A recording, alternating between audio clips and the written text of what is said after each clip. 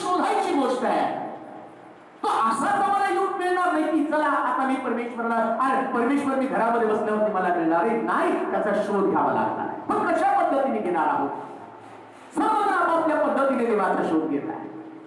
काहींना सापडतो, काहींना सापडत नाही. काही लोक निराशून माघारी जातात. काही लोकांना असं वाटतं येशू सापडला, देव सापडला, परंतु तरी सुद्धा त्यांच्यामध्ये 50-50 अनुभव आहे. त्यांचं मन त्यांना सांगतं की अजून पण अपूर्ण आहे, अजूनही कुठंतरी कमतरता आहे. आणि परमेश्वराचा शोध घेणारे लोक असले पाहिजे. येशूचे शिष्य पण येशूचा शोध घेत होता, पण त्यांचा शोध पूर्ण झाला नाही. वास्तविक पाहता येशू त्यांच्या जवळ असून सुद्धा त्यांना शोधावा लागले.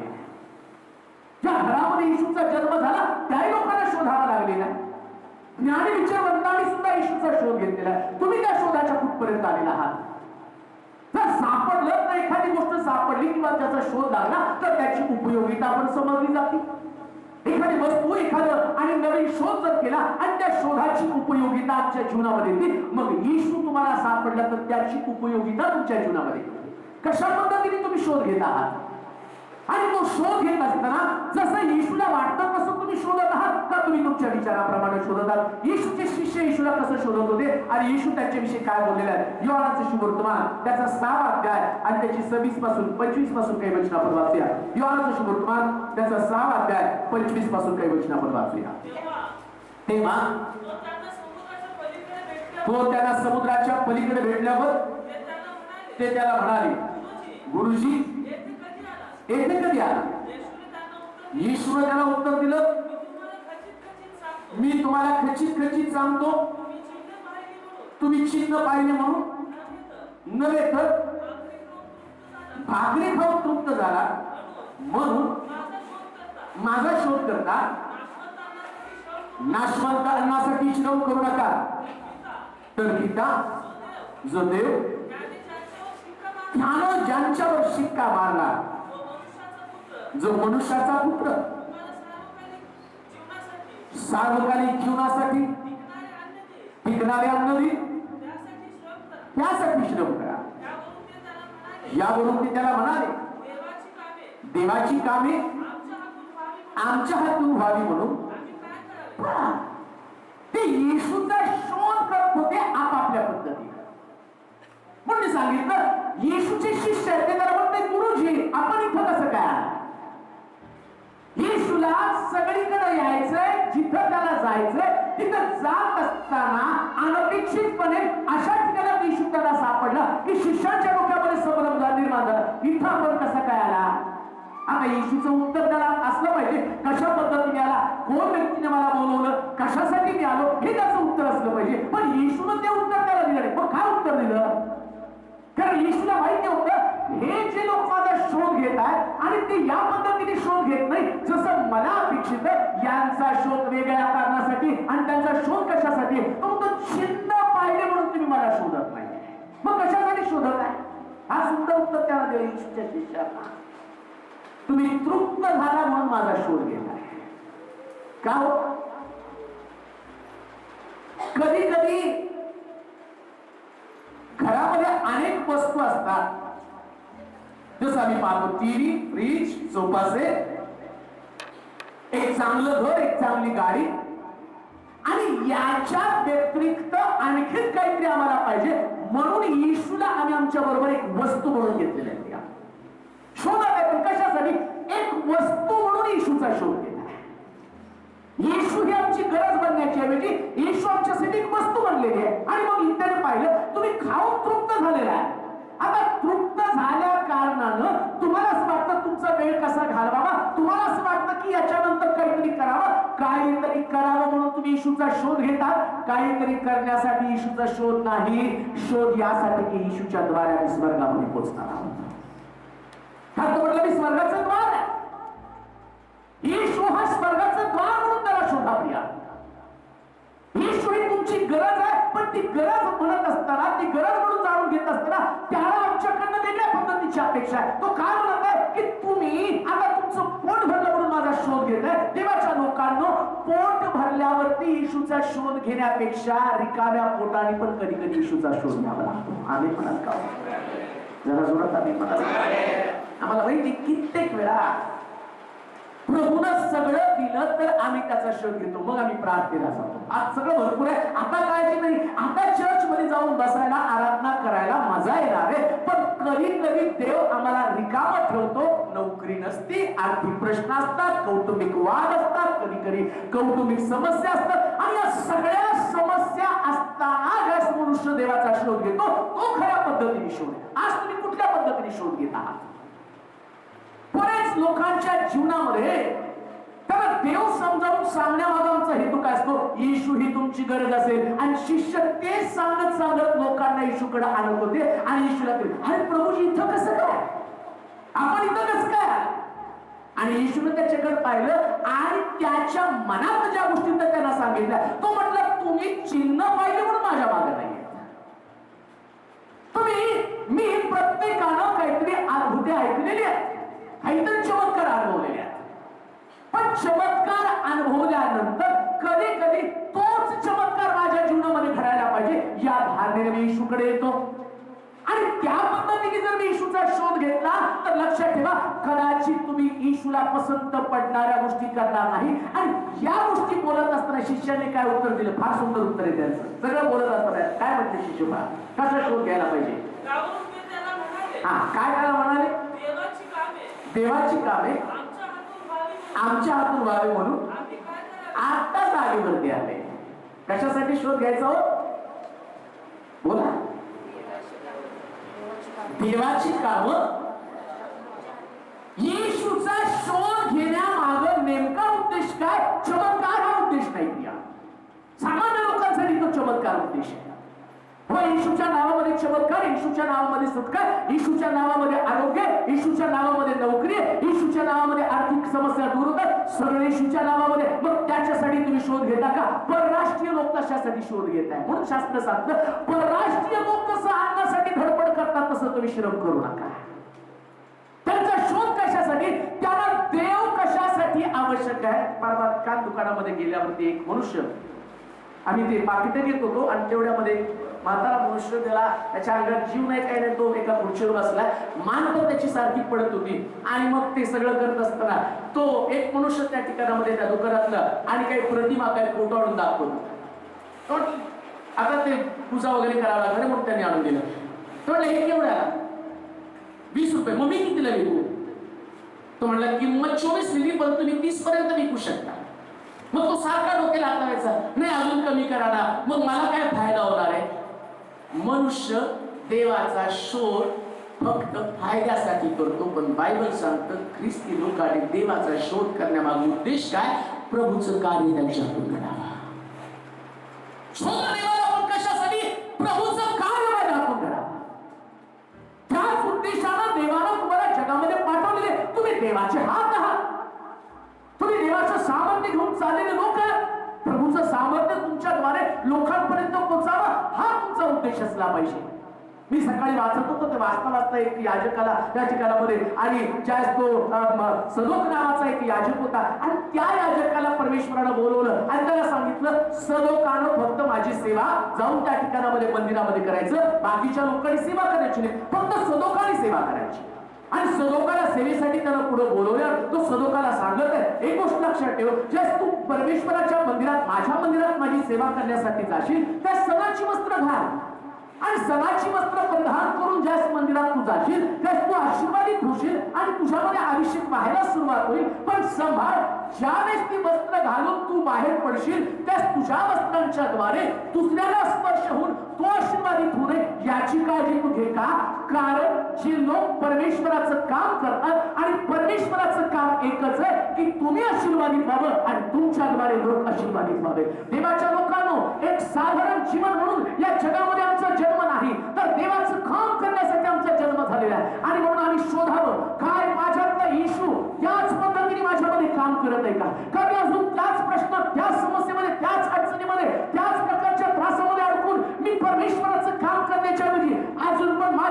घेण्यामागं, देवाचा शोध घेण्यामागं काय मी त्या ठिकाणी जात असताना सामान्य मनुष्यासारखा शोध घेते का? चिन्ह चमत्कार करून सुद्धा आमचं पोट तृप्त झालं, आम्ही तृप्त आहोत म्हणून येशूचा शोध घेत आहोत का? आम्ही अशा पद्धतीने शोध घेत आहोत. होय, माझ्याद्वारे कोणता तरी आत्मा थारला जावा, माझ्याद्वारे कोणत्या तरी परिवाराची सुटका व्हावी, माझ्याद्वारे कोणत्या तरी परिवारातला गेलेला आनंद त्यांना मिळावा. देवाचं काम या पृथ्वी तलावर यासाठी करण्यासाठी तुम्हाला नेमलेलं आहे. देवाची प्रिय लोक, तुम्ही देवाचा शोध कशासाठी घेतात? मग शिष्य म्हटले, प्रभूजी देवाचं काम आम्ही कशा पद्धतीने करावं? माझं वचन पुन्हा ते कशा पद्धतीने शोध त्याला घेतलेला आहे, त्याचा शोध कशा पद्धतीने येशूने पूर्ण केलेला. यावरून ते त्याला म्हणाले, देवाची कामं आमच्या हातून व्हावी म्हणून आम्ही काय करावं? येशूनं त्याला उत्तर दिलं, देवाचं काम हेच आहे की ज्याला त्यानं पाठवलं. काय देवाचं काम? फक्त देवावर विश्वास ठेवावा, एवढंच काम करा. जर देवाचा शोध घेणार, येशूचा शोध घेणार, तर काय स्वरूपी येशूवरती विश्वास ठेवा. तुमचा विश्वास निर्माण होऊ देऊ नका. पावले तुमच्या विश्वासाचा नाश होऊ देऊ नका. जर स्वतःचा विचार केला तर आम्हाला कळतं कित्येक वेळा तर आमचा विश्वास त्या आलेखासारखं वर खाली लाटासारखं कधी वर गेला, कधी खाली आला, कधी वर गेला, परत खाली आला, आणि तरी सुद्धा आम्ही परमेश्वराचा शोध करण्यासाठी दर रविवारी चर्च मध्ये कशाला चाललाय? येशूला भेटायला चाललेला आहे. आणि रविवारी चर्च मध्ये आल्यावर चर्च सुटल्यावर, प्रार्थना संपल्यावर आणि वचन ऐकून घरी जातो, आज माझा विश्वास परत वाढला. मग काल कुठं होता तुझा विश्वास? आज वचन खूप जबरदस्त होतं, त्या वचनानं माझ्या मनामध्ये कालवा निर्माण केली, एक प्रभावी वचन माझ्या अंतःकरणामध्ये शिरलं. मग परत तुम्ही विश्वास का गमावला? कारण तुम्ही देवाचा शोध घेत असताना सुद्धा शोधता काहीतरी हरवतं, आणि नेमकं काय हरवतं? विश्वास. पण पवित्र शास्त्र सांगतं तुमचा विश्वास हा मोलवान आहे. सगळ्याची राखण केली पण विश्वासाची राखण केली का? तुमचा विश्वास तुटावा असल्या प्रकारच्या गोष्टी तुमच्या घरामध्ये घडणार आहे, तुमच्या व्यक्तिगत जीवनामध्ये घडणार आहे. पावलोपावली तुमच्या विश्वासाला तडा जावा या प्रकारची समस्या तुमच्या जीवनामध्ये येणार आहे. पण या समस्येला लढत असताना, या समस्येशी लढत असताना तुमचा विश्वास गमावू देऊ नका. का? कारण तुम्हाला देवाचं हेच काम करायचंय, आणि हे काम करत असताना विश्वासात येशूला शोधायला सुरुवात करा. ज्यावेळेस रक्तस्रावी स्त्री येशूच्या मागे निघाली, पवित्र शास्त्र सांगतं पुष्कळ मोठा जमाव तिच्या बरोबर होता, आणि त्या जमावामध्ये पुष्कळ लोकांनी येशूला धक्का दिला, पुष्कळ लोकांनी येशूला हात लावला. कारण नाही कधी काय सांगत नाही. आणि ती रक्तस्रावी स्त्री लोकांबरोबर जात असताना ती म्हणती, मी जाते याच्या वस्त्राच्या गोंड्याला स्पर्श करते बरं होते. आणि ती तसं म्हटली आणि गेली. तिने येशूला हात लावला. शोधत येशूकडे ती गेली. एक गोष्ट लक्षात ठेवा, आता तिला काय येशू नेमका कोणता माहित नाहीये, पण तरी सुद्धा ती तिथं पोहोचली आणि त्याच्या वस्त्राला हात लावले. आणि तो शिष्याकडून, मला कोण हात लावला? तो म्हटलं एवढे लोक त्या ठिकाणी गर्दीमध्ये होते, कोणीतरी गर्दीमध्ये आपल्याला हात लावला असेल, आणि तुमच्यातली शक्ती, माझ्यातली शक्ती गेलेली आहे, कोणीतरी मला हात लावला, माझ्यातली शक्ती गेली. त्याच ते म्हणतात पुष्कळ लोक आहेत, कोणाच तर धक्का लागला असेल. पण येशू म्हटला हा धक्का वेगळा आहे, हा हात लावणं वेगळा आहे. का? कारण या हातामध्ये विश्वास होता. तिनं येशूचा शोध घेतला, पण तो विश्वासाच्या द्वारे शोधा. परमेश्वराच्या घरात येईल तो विश्वास घेऊन तुम्ही प्रभूकडे या. कोणता विश्वास?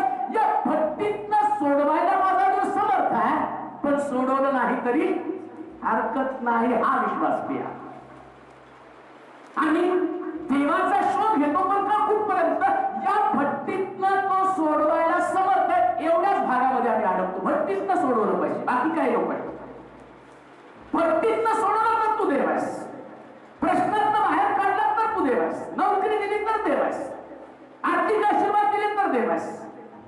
पण दिला नाही तर मात्र तुला आणि मूर्तीला दंडवत घालणार नाही, आम्ही तिची उपासना करणार नाही, हा जो विश्वास तो विश्वास नाही. तो कोणता विश्वास? त्यानं द्यायला पाहिजे, ही आमची सक्ती, तोच अधिकार. आणि म्हणतो ते असेल तर मी चर्चला जाईल, ते असेल तर मी प्रार्थना करेल, ते असेल तर मी आराधना करेल, ते असेल तर मी हात उंच करेल, ते असेल तर मी उड्या मारेल. आणि कित्येक वेळा त्याच विश्वासाने येतो चर्च मध्ये, पण किती लोक त्या आराधनेमध्ये सहभागी असतात? किती लोकांचं अंतःकरण असतं. मग त्या लिडरला का तिथं बरोबर सांगावं लागतं, आम्हाला का गाणे काढावं लागतात? नाचुने गाऊन स्तवन करा, उड्या मारून स्तवन करा, हात उंचावून स्तवन करा. एवढं जर सगळं तुमच्यात असतं तर इथं फक्त वर्षीपच घडली असती, पण ते नसतं म्हणून ती तयारी करावी लागते. उड्या मारत मारत गंभीरपणे देवाच्या जवळ जा. शोध घ्या, पण अशा पद्धतीने घ्या त्यानं दिलं नाही तरी तो देव आहे. त्यानं समस्या सोडवल्या नाही तरी तो देव आहे, त्यानं प्रश्न सोडवले नाही तरी तो देव आहे. आणि मग तो म्हटलं की चमत्कार पाहून तुम्ही माझ्या मागे आलेला नाही. जर चमत्कार पाहून तुम्ही त्या येशूकडे आलेला आहात, मग तरी सुद्धा तुमच्या मुखातनं पुरपुरीचे शब्द का? मला माहिती आम्ही कित्येक वेळा इतकं विश्वासामध्ये टॉपला असतो ना, एकदम गेअर पुढचा 120, 150, 160च्या स्पीडने गाडी असते. आता काय नाही खड्ड्यात मी खात्री देतो माझं देवाचं नातं खूप चांगलं आहे. नगरच्या रोडला तुम्ही या 4,000चे 2 टायर उडले, नवीन टायर लावले, नगरच्या रोडने गेलं. ड्रायव्हरचा दोष नाही, रस्त्याचा दोष. ड्रायव्हर पण बदलून बघितलं. मला असं कधी वाटलं की ड्रायव्हर मुळे प्रॉब्लेम आहे का? नाही, नंतर कळलं रस्त्यामध्ये प्रॉब्लेम आहे का. गाडी इतक्या जोरात निघती, छान निघती, छान निघती, चालती चालती, फिरत राहते, पळती पळती, तिकडून आपोआप तिकडून धूर येतो, वेगळा वास आहे ना. आणि मग विचार केला की काय, मी ड्रायव्हरला म्हटलं रे वास वेगळा यायला. तो म्हटलं नाही कारखान्याचा आहे. आणि पुढे गेल्यावर कळलं तो टायर जवळून टायरचा वास आम्हाला गॅस तिथून आतमध्ये शिरायला लागला. आणि सांगितलं, आणि नंतर मी येताना आता दुसरा ड्रायव्हर होता, विचारून होता त्याच टायर गेला. मग येताना मी पाहिलं गाडी स्पीड मध्ये आहे, पण तिथले लोक एक फळी होती, त्या फळीवरती खिळे टाकून रस्त्यावर टाकली होती. गाडी त्याच्यावरून गेल्यावर गाडी पंक्चर. आमचं पण आध्यात्मिक जीवन असंच आहे, वेगात असतो. एखादा खेळावर पंक्चर करतं, स्पीड कमी होतो. स्पीड कमी होती नका, तेवढ्याच विश्वासामध्ये खंबीर राहा. कोणतरी एखादी टाचणी टाकेल, कोणतरी तुमचा टायर आध्यात्मिक जीवनाला स्पष्ट करण्यासाठी प्रयत्न करेल, कोणता तरी प्रॉब्लेम तुमची वाट बघत असेल, पण तुम्हाला तसंच पळावं लागणार आहे. म्हणून पवित्र शास्त्र सांगतं, एक गोष्ट लक्षात ठेव, एवढे चमत्कार पाहून सुद्धा तू मला शोध घेत आला नाही. अन्नासाठी पोट भरलं आणि आता तृप्त झाला म्हणून तू देवाचा शोध घेते. देवाच्या लोकांनो, तुमच्याकडे तृप्ती आहे म्हणून तुम्ही देवाचा शोध घेऊ नका. अतृप्त असताना सुद्धा परमेश्वराचा शोध घ्या. अतृप्त असताना सुद्धा तुमचे प्रॉब्लेम असताना सुद्धा तुम्ही देवाचा शोध घ्या. आणि म्हणून शोध कशा पद्धतीने घ्या.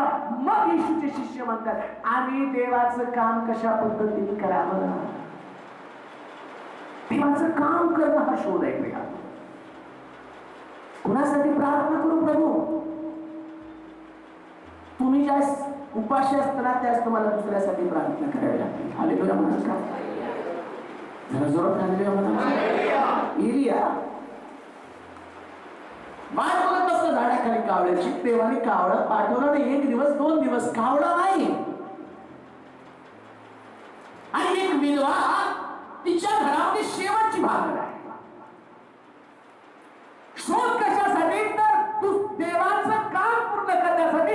आणि त्या ठिकाणामध्ये देवाचा आत्मा येऊन त्याला सांगते, परमेश्वर त्याच्याशी बोलत आहे, एलिया सर्वप्रथम त्या ठिकाणी प्रार्थनेला जा.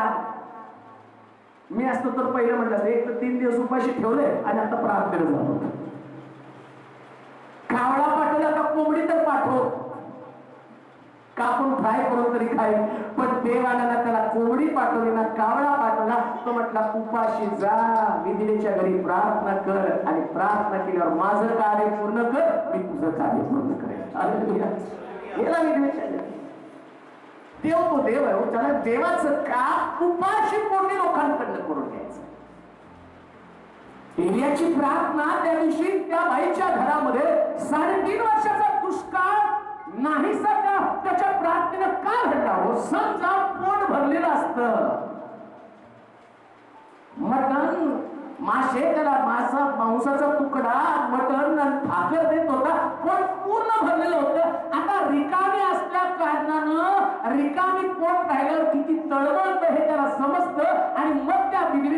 गेला आपल्याला 3.5 वर्ष ही बाई उपाशी राहणार आहे. आता कसली पॉवरफुल प्रार्थना असेल, किती कळवळून प्रार्थना केली असेल लोक.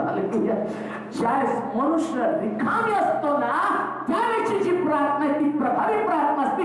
देवाचं काम करण्यासाठी तुम्हाला त्याच प्रकारच्या प्रश्नामध्ये जावं लागेल. म्हणून परमेश्वराचा शोध घेत असताना पोट भरलं म्हणून शोध घेऊ नका.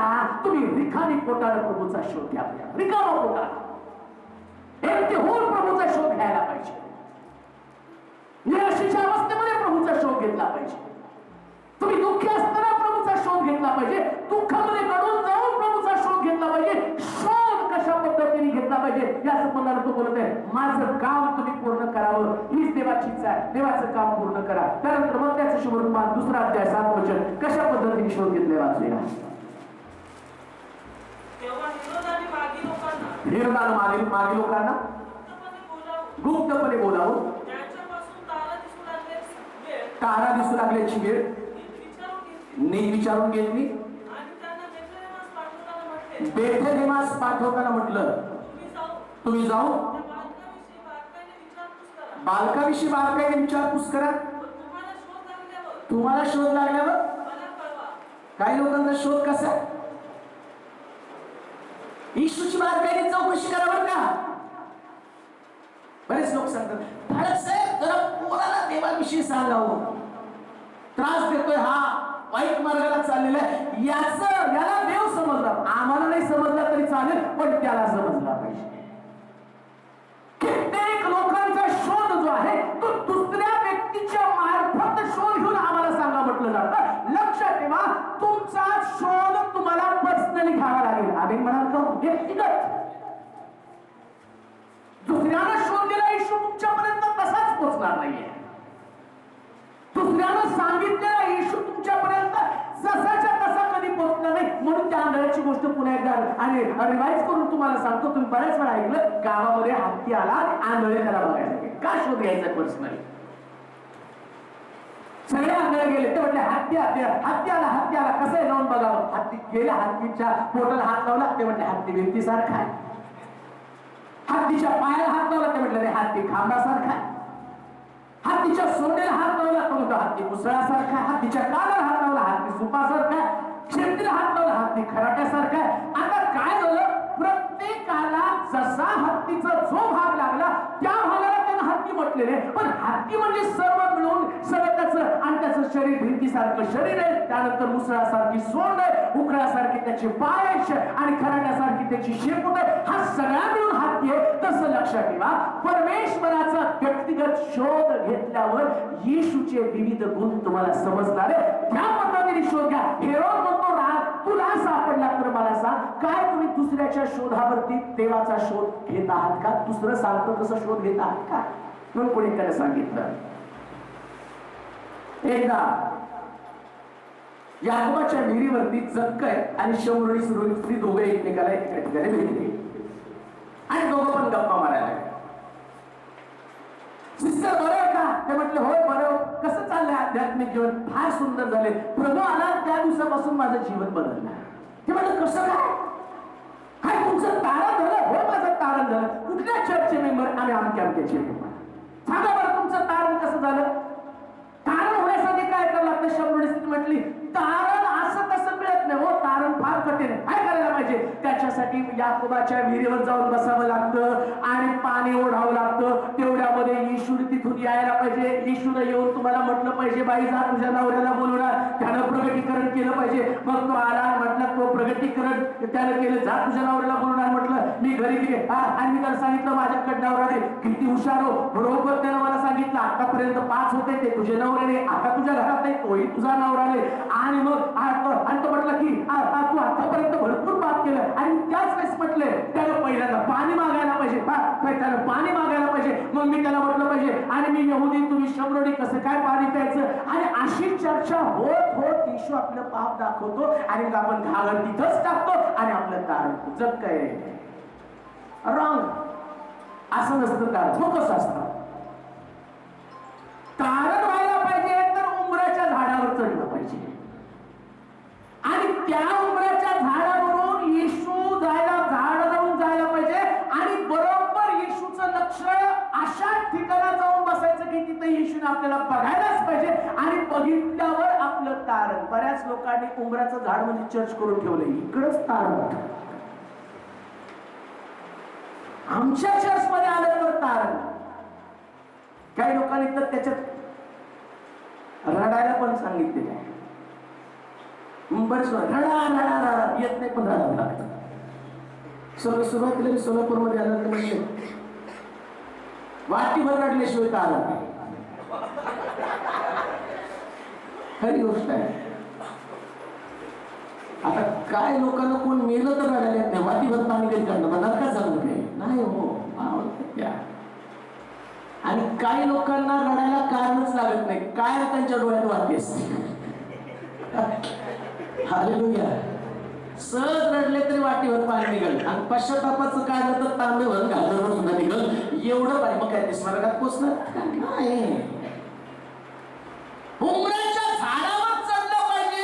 येशूनं तिथे म्हटलं पाहिजे सगळे त्वरा खाली ये आणि मला तुझ्या घरी जेवायचं. मग येशूला घरी जेवायला आणलं पाहिजे. मग येशू बरोबर बाकीचे शिष्य पण बोलवायला पाहिजे. एंटर्स मग ते बसल्यावरती त्याच्याशी बोलता बोलता त्याला म्हटलं पाहिजे मी कुणाचं खूप भांडण घेतलं असेल चौपट परत करतो.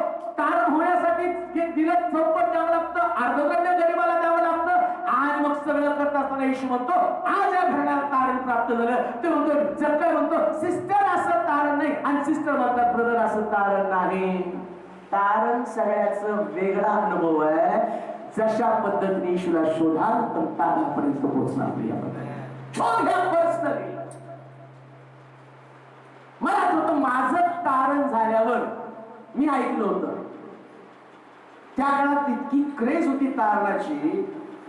आता तुमच्याकडे नाहीये, तुम्ही येता गाता जाता निघून. त्या आमच्या वेळेस तारणाची इतकी क्रेज होती.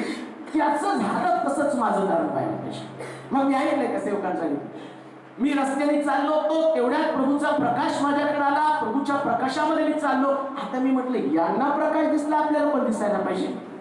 मग मी शिरीष आणि महिमाचा आजोबा आणि सगळेजण आता म्हटलं तार व्हायला पाहिजे, प्रकाश दिसायला पाहिजे, प्रकाश दिसायला पाहिजे, प्रकाश दिसायला पाहिजे. म्हणून रात्रभर प्रार्थना, इतकं आम्ही रात्रभर प्रार्थना करायचो. डोंगरावरती प्रार्थना करायचो इकडं आणि रात्रभर ते ठरवलं हा प्रकाश दिसल्याशिवाय सेवा करायची नाही. आणि म्हटलं आता प्रकाश दिसायला पाहिजे. मग रात्रभर प्रार्थना करत आमच्या घरामध्ये बसतो. म्हटलं आता प्रकाश यायलाच पाहिजे. आणि चालू आमची प्रार्थना. खालच्या खोलीमध्ये आमची प्रार्थना जोर जोरात चालाय. ओरडतोय ओरडतोय ओरडतोय ओरडतोय आणि हळूच डोळे उघडून बघायचो प्रकाश आला का. प्रकाश काही येत नव्हता. प्रकाश यायला तयार नाही, प्रकाश यायला तयार नाही. आणि पहाटेच्या सुमारास प्रकाश आतमध्ये आला. एवढा खुश.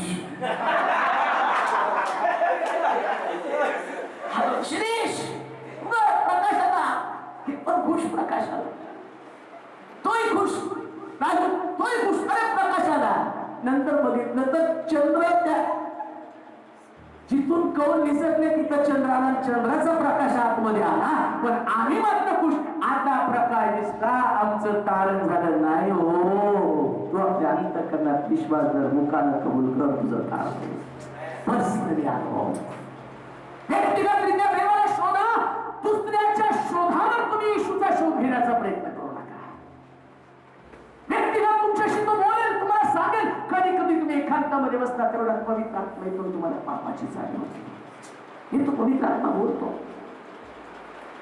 ती पवित्र आत्म्याची भीती, ती पवित्र आत्म्याच्या अस्तित्वाची जाणीव. आणि तो कधी तुम्ही गाताना सुद्धा तुमच्याशी बोलतो. आपोआप डोळ्यातनं पाणी येतं. कधी कधी शास्त्र उलगडता, शास्त्र वाचत असताना देवाचं एक वचन तुमच्याशी बोलतं. तिथंच तुम्ही आडवल होता, ठाय मोकळून रडायला लागतात का. कारण पर्सनली देव घेऊन तुम्ही शोध घेता घेता तो तुमच्या पुढ्यामध्ये असतो. व्यक्तिगत राजा त्याला सांगतात तुला सापडणार पण तुम्हाला सांग. मला सांग दुसऱ्याच्या शोधावरती आपल्या आध्यात्मिक जीवनाचं बांधकाम रचायला सुरुवात करू नका. हेरोदाला येशू सापडला नाही का. कारण पवित्र शास्त्र सांगतं या जगामध्ये देवाचा शोध घेणारे सगळे आंधळे आहेत. हो आम्ही म्हणाल का. सगळे आंधळे कुणाला सापडणार हो. आणि प्रॉब्लेम काय माहिती का, जे देवाला शोधायला जातात तेच देव होता तो. संत तुकाराम महाराज म्हणतात, देव शोधायला गेलो मीच देव झालो.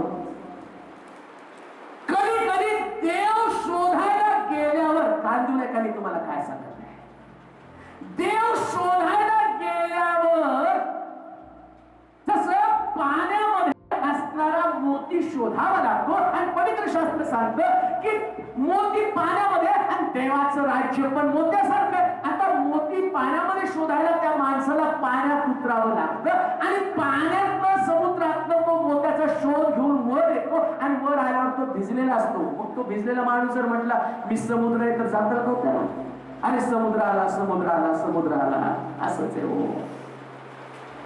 देवाला शोधायला जाताना आतमध्ये उतरतात, थोडीशी देवाची गुण येतात आणि माणसाला वाटतं मी देव झालो.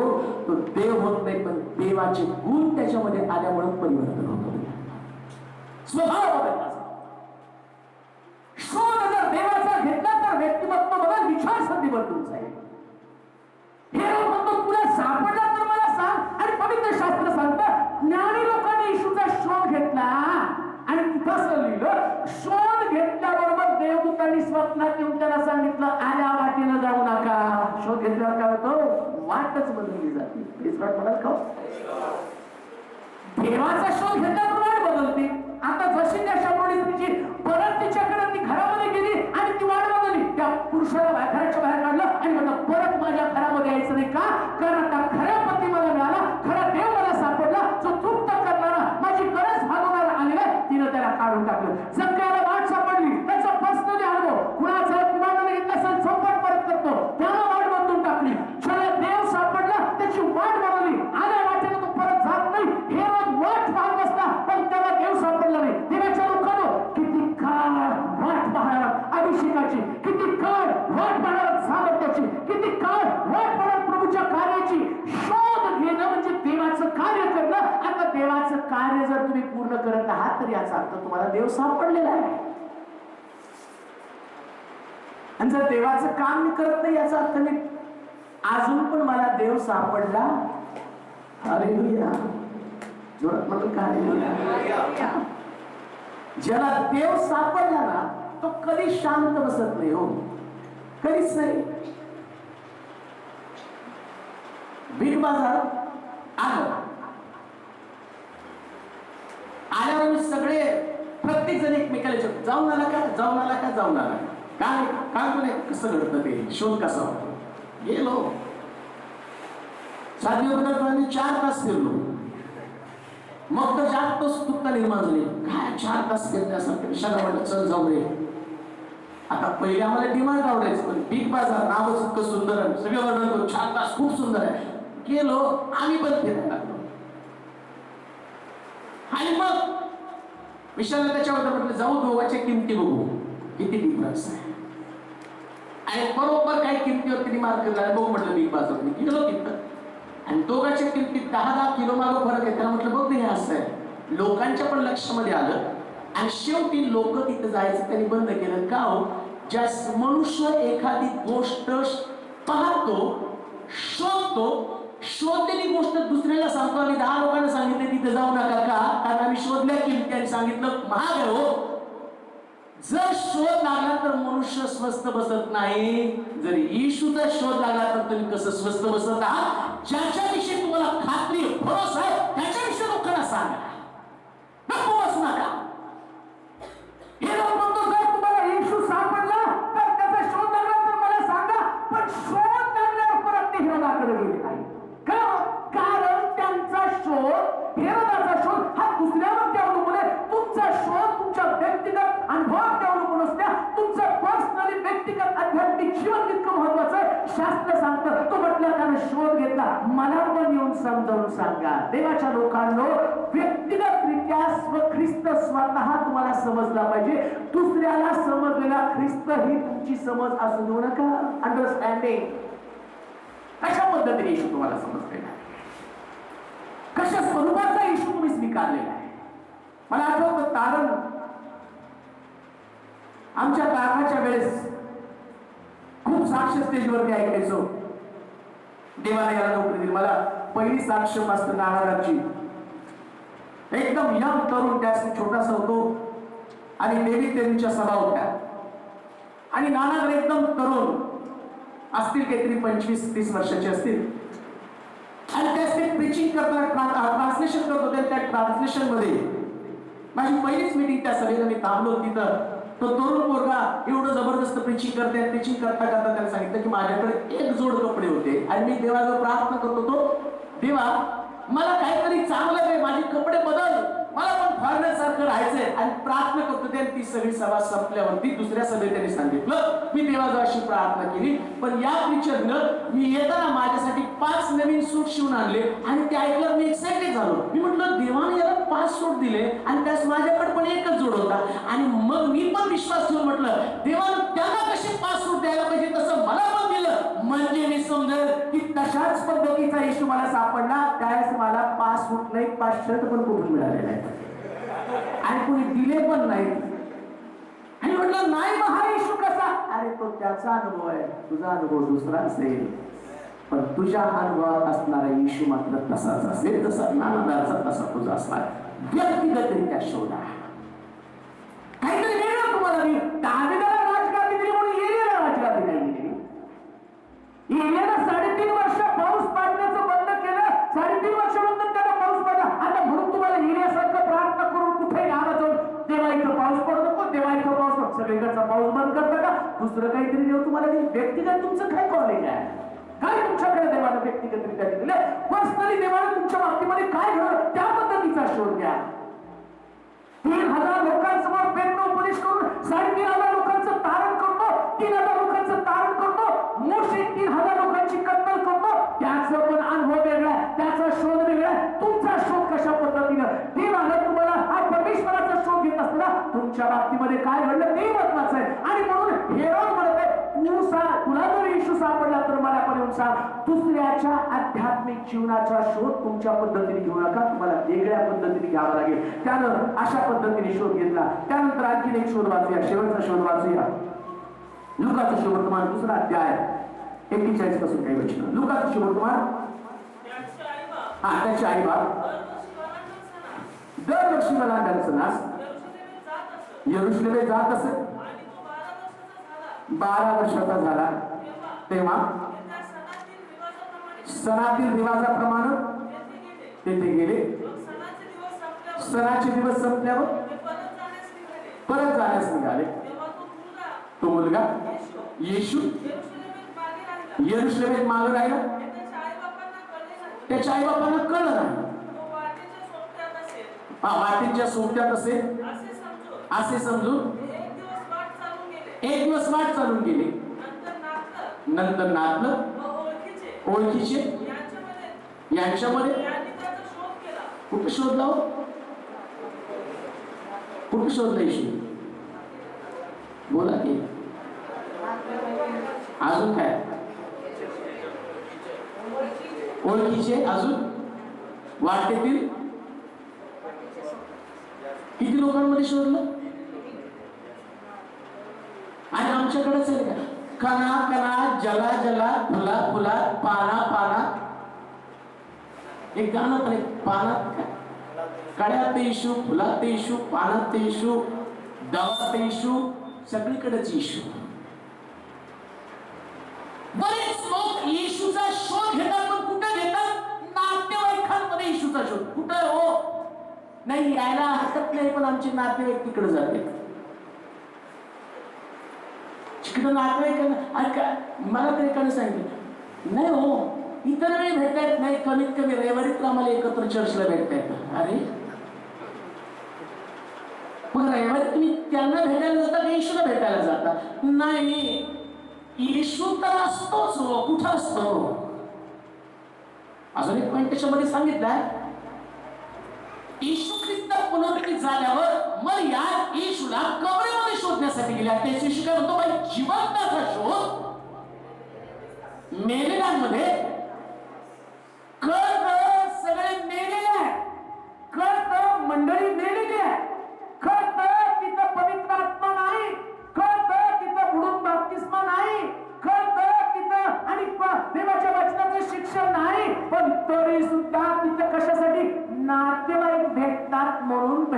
गेलो, येशूला शोधायचा प्रयत्न केला, नातेवाईकांमध्ये मित्रांमध्ये तुम्हाला येशू सापडणार नाही. कुठं सापडतो? कुठं येशू?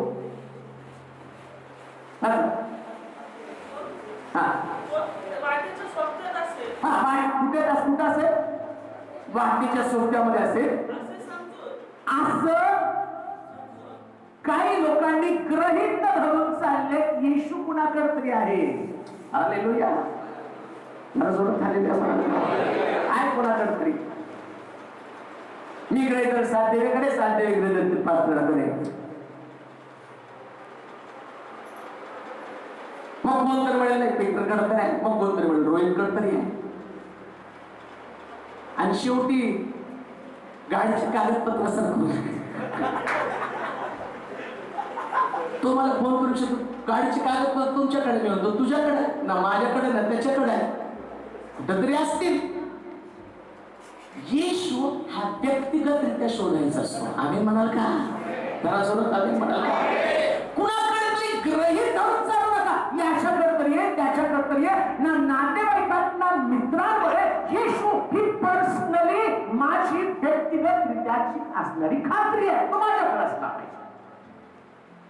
म्हणून ते नातेवाईकात शोधायला गेले, मित्रांकडे शोधायला गेले, सोबत्यांकडे शोधायला गेले. गृहीत धरून चालू नका. लक्षात ठेवा, तारण झाल्यावर येशूला गृहीत धरून चालता येत नाही. तारण झाल्यावर तो तुमच्या संगती असतो. कधी कधी येशू आमच्या संगती निघतो. तारण झाल्यावरच तुमच्या संगती असतो. सकाळी उठवायचा मला, गुड मॉर्निंग मनोज उठ. आणि येशू खूप सुंदर होतो. तारण झाल्यावर इतकं बरं वाटायचं. आणि अजूनही बरं वाटतं. कधी गेला तुमचा येशू नाही, पहिल्यापेक्षा जास्त ताकद माझं उठवायचं. मला पर्सनली माझं व्यक्तिगत सांगतो, तारण झाल्यावर मी बिछाण्यावर पडल्यावर सुद्धा इतकं त्याच्याशी बोलत बसायचो. तो फिलिंग असायचं, प्रत्यक्षात नाही तो स्वर्गामध्ये पण जाणवायचं. कारण ते अस्तित्व होतं. वाटायचं की नाही, तो आपल्याला पाहतो. आणि कधी प्रश्न आले तर त्याच्याशी जसं मित्राशी बोलावं तसं मी बोलत राहायचो. बरं वाटायचं. तो वचनातलं तो माझ्याशी बोलायचं, पण मी पर्सनली बोलायचो, सांगायचं माझ्या मनातलं सगळं त्याला सांगायचं. आणि तो बोलता काय झालं, या स्त्रिया येशूची आई बर्या, बाकीचे सगळे नातेवाईक, हे सगळे योसेफ, येशूची भावंड, हे सगळे जण येशूचे मित्र, हे सगळे जण येशूने सण साजरा करण्यासाठी निघाले. आता काय होतं माहिती का, चालता चालता त्याने येशूचा हात धरला आणि मग सोडला. पण ग्रहित काय झालं, माझा हात सोडला तरी कुणाचं धरेल ना, भावाचं धरलं. येशूच्या नावाने येशू द्या असं नाही योहानाकडे. आणि तेवढ्यात थोडं सारखं गेलं.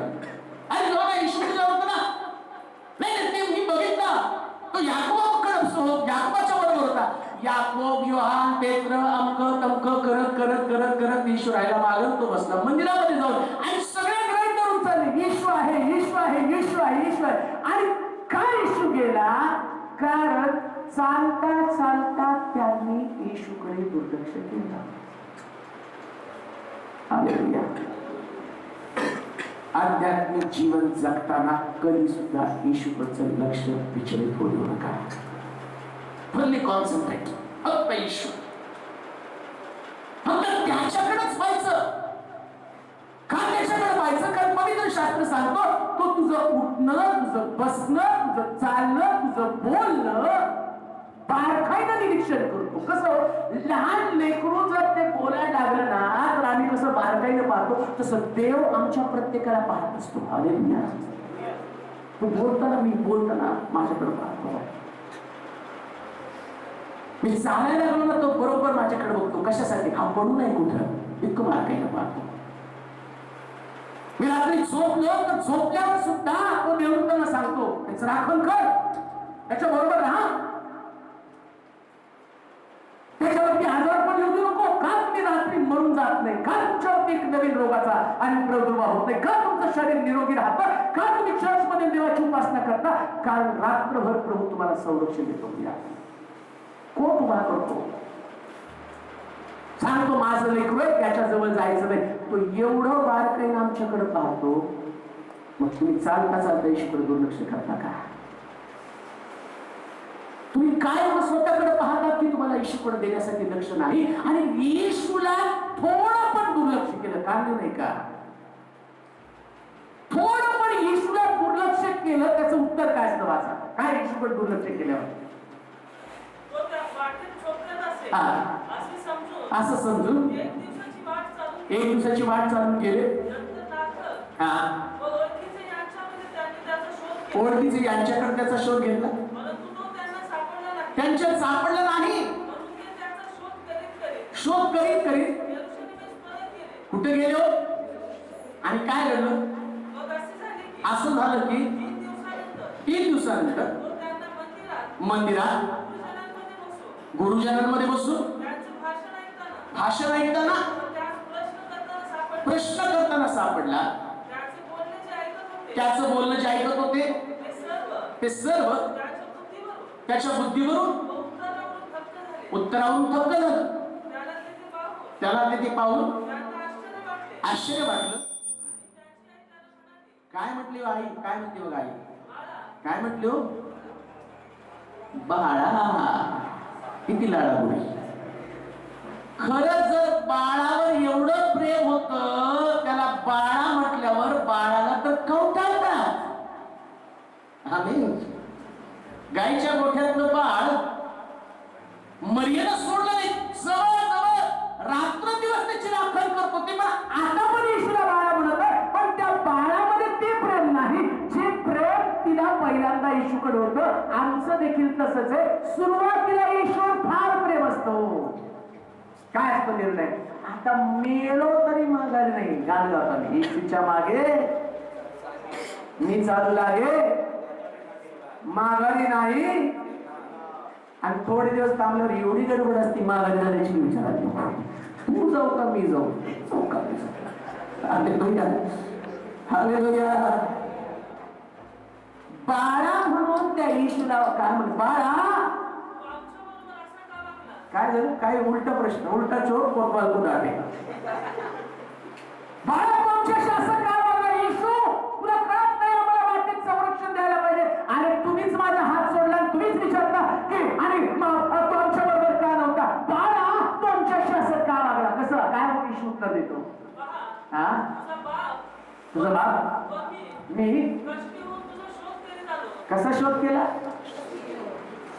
येशूचा शोध वेळीच केला नाही तर जीवनात कष्ट ठरलेला आहे.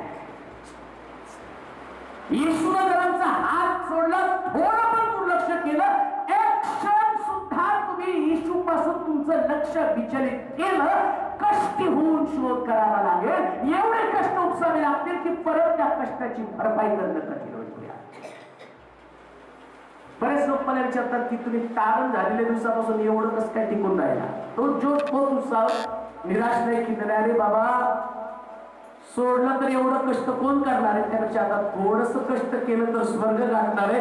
मग आता मी कशाला माघार घेऊ, आता थोडस राहिले, किती गेले 5 गेले 50 राहिले म्हटल्यासारखं, आता थोडस राहिले पोचायचे तिथं, 50 गेले 5 राहिले पैसे. आता थोडस कष्ट, थोडस एवढं अंतर काढलं की शिवणार नाही तर कष्ट ठरलेलं आहे. आणि मग लक्षात ठेवा, काही झालं तर समजत एवढं अंतर चालून आलो. किती अंतर आलो, इथं 18 वर्ष झाली येऊन, इथे येऊन 8 वर्ष झालेली आहे. आता थोडस अजून पोचलं की स्वर्ग पोचणार आहे, गाठणार आहे. आता एवढ्यासाठी येशूचा हात कशाला सोडायचा हो, शोध त्या जवळ आहे. एक दिवसाची वाट चालल्यावर लक्षात यायला पाहिजे. पण किती दिवसाची वाट चाललो, 3 दिवसाची वाट चालल्यावर त्यांच्याकडे लक्षात आलं. आणि लक्षात आल्यावर सुद्धा परत येशूलाच राखवायचं, बाळा असं कष्टी का केलं रे मला, काय सुचून तरी वाचा.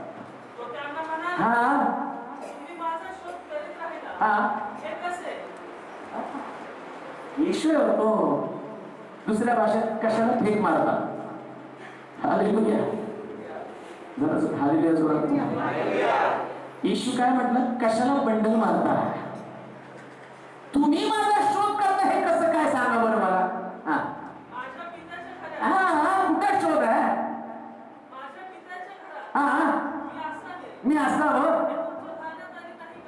माझा शोध करता म्हणता. खरं आता हे मर्यादा त्याने एवढं ठणकावून सांगितलं की मी पित्याच्या घरात मरियेचे डोळे कधी उघडले नाही. येशू ख्रिस्त तिसऱ्या दिवशी मी पुन्हा उठणार हे त्याला सांगितलं, तरी सुद्धा ती कबरेमध्ये जाऊन येशूचा शोध घेत आहे. येशूलाच विचारतंय, मारियाला माझ्या प्रभूला कुठं ठेवलं? येशू आम्हाला किती पण बोलला ना तरी आम्ही तिथं शोधायला जातो. कुठं शोधतो? जिथं येशू नाही तिथंच आम्ही त्याला शोधायला जातो. ज्या गोष्टीमध्ये येशू नाही तर त्याला शोधू नका. ज्या गोष्टीमध्ये ख्रिस्ताचं अस्तित्व नाही त्या गोष्टीच्या आधीत राहू नका. तो म्हटला, बाई आणि आई तिथं आईला म्हणतोय की तुला कळत नाही का मी परमेश्वराच्या घरामध्ये असावं, जिथं माझा पिता आहे त्या घरामध्ये मी राहायला पाहिजे. होय देवाच्या लोकांनो, येशू आम्हाला सांगत आहे. येशू कुठे आहे? शास्त्र सांगतं मार्ग सत्य आणि जीवन मीच आहे. माझ्यामध्ये, माझी वचनं तुमच्यामध्ये. येशू फक्त तुम्हाला वचनातच सापडेल. आम्ही म्हणाल का? वचनामध्ये. येशूला वचनामध्ये शोधा. वेगवेगळ्या गोष्टींमध्ये शोधू नका की ज्या गोष्टीत तुम्हाला ख्रिस्त सापडणार नाही. आता येईल 2 नोव्हेंबर. सगळे कब्रस्तान होते.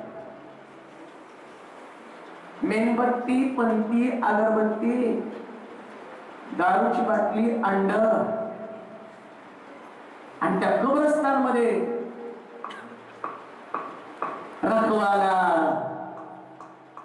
ईश्वर हे रखवाला. कुठं? मेलेल्या लोकांमध्ये. कुठे येशू शोधणार? कब्रस्तानमध्ये. कुठे येशू शोधणार? तो व्यक्ती मेला तर मेलेल्या व्यक्तीबरोबर सुद्धा आम्ही निघतो. आणि शास्त्रात याजकानं प्रेताला हात पण लावायचा नाही, पण लोक त्याच्यात पण शोधत आहेत. प्रार्थना कर, शवगर्तिका आशीर्वादित करावं. प्रेत अशुद्ध आहे, आणि जर एखाद्याला त्या पाळकाने जर ती शवगर्तिका आशीर्वादित कर म्हणून प्रार्थना नाही केली तर मला वाटतं ते शेव जाईल, तिथं पाळकाचं शेव जाईल. का तर तुम्ही शवगर्तिका आशीर्वादित केले नाही. अहो कुठले आशीर्वाद? मेलेल्या गोष्टीमध्ये ख्रिस्ताला का तुम्ही शोधत आहात? जिवंताचा शोध मेलेल्यामध्ये का करता? मग ख्रिस्त कुठे? वचनामध्ये. आणि दुसरीकडे कुठे? ख्रिस्त कुठे तुम्हाला सापडणार आहे? शास्त्र सांगतं मेलेले म्हणजे निशब्द स्थानी बसलेले लोक देवाची स्तुती करू शकत नाही. जे लोक देवाची स्तुती करत नाही तिथेही तुम्हाला ख्रिस्त सापडणार नाही. 2 गोष्टीमध्ये ख्रिस्त सापडेल. एक जिथं वचन आहे, आणि दुसरी गोष्ट जिथं स्तुती आराधना आहे तिथं. एकाच गोष्टीत सापडणार नाही, दोन्ही पण गोष्टी पाहिजे. स्तुती आराधना आणि काही ठिकाणी नुसती स्तुती आराधना, काही ठिकाणी नुसतं वचन आहे, त्या ठिकाणी सापडणार नाही. 100% सत्य स्तुती आराधना देवाला प्रसन्न करण्यासाठी आणि देवाला आम्ही खुश करतो, आनंदी करतो, तर देव वचनात बोलायला सुरुवात करतो आणि वचनाच्या द्वारे आमच्या जीवनामध्ये आशीर्वाद निर्माण व्हायला सुरुवात होतात. जिवंताचा शोध मेलेल्यांमध्ये का करतेस? म्हटलं मी माझ्या बापाच्या घरी असं तुला समजत नाही का? कोणी सुद्धा मनामध्ये आणू नका. किती आजारी असला, किती त्रासात असला तरी सुद्धा येशूचा शोध तुम्हाला चर्च मध्येच करावा लागेल. आम्ही म्हणाल का? जेव्हा जोरात आम्ही म्हणाल का? चुकून सुद्धा असं म्हणू नका की बाळासाहेब घरी येऊन प्रार्थना करा देव मला आरोग्य देईल. नाही. कुबडी स्त्री कुबड घेऊन चर्च मध्ये आली, येशू तिला तिथं सापडला आणि येशूने तिला आरोग्य दिलं. देवाचीच आहे. आम्ही त्याचा शोध शिष्य घेतात त्या पद्धतीने घेऊ नये. जसं ख्रिस्त सांगतो तसं आम्ही त्याचा शोध घ्यावा. आपले डोळे बंद करू, आपल्या जागेवरती बनवूया, नतमस्तक होऊया, मानाज होऊया, आपले नेत्र बंद करू. गोष्टी मृत होतात त्या गोष्टीमध्ये आम्ही तुला शोधणार नाही. त्या गोष्टीने आम्ही आजूबाजूला बनतो त्या गोष्टीमध्ये शोध घेणार.